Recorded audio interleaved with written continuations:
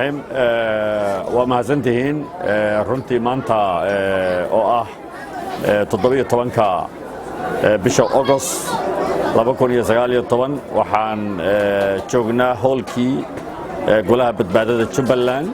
oo ay ka socoto doorashadii guddoonka golaha baarlamaanka guddoomiyihii iyo labadiisa ku xigeen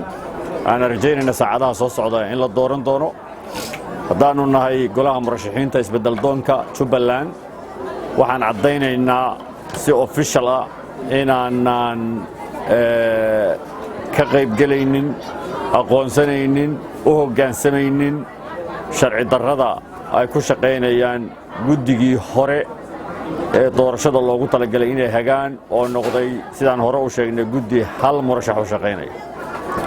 waxaan rabnaa waan aragnay qoraalada ay soo saareen ee sheegaya 3 cishaan ku daray iyo wax la mid ah waxaas annaga wax naqoseeya ma aha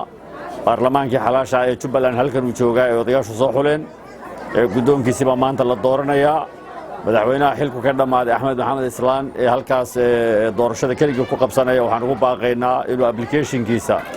halka keensado hadduu murashax yahay haddii uu ka tanaasuleyna guddiga doorashada weydiin doona ee maaragtay golaha ay sameynayaan waxaan rabnaa inaan anagu sheegno inaan ku taaganahay dariiq saxa oo lagu dooranayo guddoonkii golaha baarlamaanka maanta haddii la yiraahdo maalmaha soo socdana lagu dooran doono haddii la yiraahdo madaxweynihii marka guddigu ay qabanqaabiyaan baarlamaaniga ee loo soo saari doono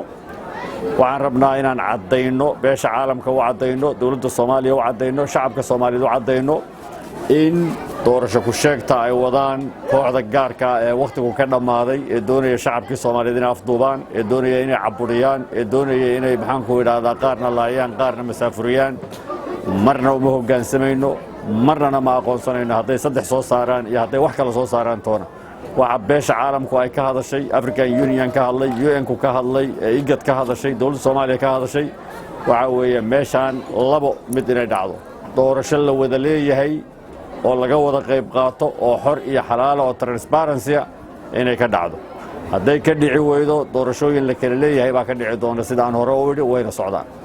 haddii alla yidhaahdana waxaan rajaynaynaa saacadaha soo socda inuu soo bixi doono guddoonkii golaha baarlamaanka ee golaha badbaadada kaasaana sharci noqon doono oo haysan doona maxaan ku yidhaahdaa jaayizada ama aqoonsiga ee dawladnimo shacab iyo bulsho intaba aad baa u mahadsantihiin